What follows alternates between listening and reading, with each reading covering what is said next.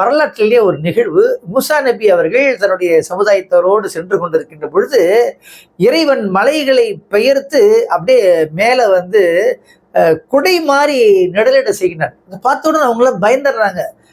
மலைகள் நம் மீது விழுந்து விடும் அப்படின்னு ஒரு அச்சத்தில் இருக்கிறாங்க.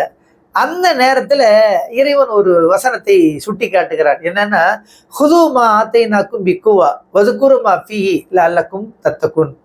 இந்த வேதத்தை நீங்கள் பற்றி பிடித்துக் கொள்ளுங்கள். வேதத்தில் உள்ளதை நீங்கள் நினைவில் நிறுத்துங்கள். நீங்கள் இறையச்சம் உள்ளவராக ஆக முடியும். 3 விஷயத்த இறைவன் சுட்டி காட்டுகிறான். அதுல முதலாவது விஷயம் என்னன்னா, வேதத்தை பற்றி பிடித்துக் கொள்ளுங்கள். அப்படின்னா என்ன அர்த்தம்? அவங்களுக்கு தௌராத் இறங்கிச்சு இல்லையா? இப்ப நமக்கும் அது பொருந்தும். நமக்கு குர்ஆன் இறங்கி இருக்கிறது.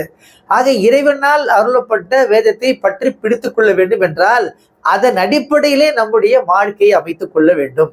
அதாவது குர்ஆன் காட்டுகின்ற பாதையிலே நம் வாழ்க்கை நடைபோட வேண்டும். இது ஒன்று. 2வது, அதில் உள்ளதை சிந்தியுங்கள், அதில் உள்ளதை நினைவில் வையுங்கள் என்பதாக குர்ஆன் இங்கே சுட்டி காட்டுகிறது. ஆக வேதத்தை மேம்போக்காக பார்த்தால் மட்டும் போதாது, மேம்போக்காக படித்தால் மட்டும் போதாது, அதனுடைய கட்டளைகளை நாம் உள்வாங்கிக் கொள்ள வேண்டும். அதை பற்றிய நாம் அடிக்கடி சிந்தனைக்கு எடுத்துக்கொள்ள வேண்டும் என்பதை இறைவன் இங்கே சுட்டி காட்டுகிறார். இந்த 2 பண்பும் உங்கள்கிட்ட இருந்துச்சுன்னா நீங்கள் இறையச்சம் உள்ளவராக ஆகக்கூடும். உங்களுக்கு அந்த பயபக்தி வந்துவிடும் என்பதாக இறைவன் சுட்டி காட்டுகிறார். ஆக ஒரு விதத்திலே பார்க்கின்ற பொழுது அன்றைக்கு மூசா நபியினுடைய சமூகத்திற்காக சொல்லப்பட்ட வார்த்தைகளாக இருந்தாலும் கூட அது நமக்கும் பொருந்தும், என்றைக்கும் பொருந்தும்.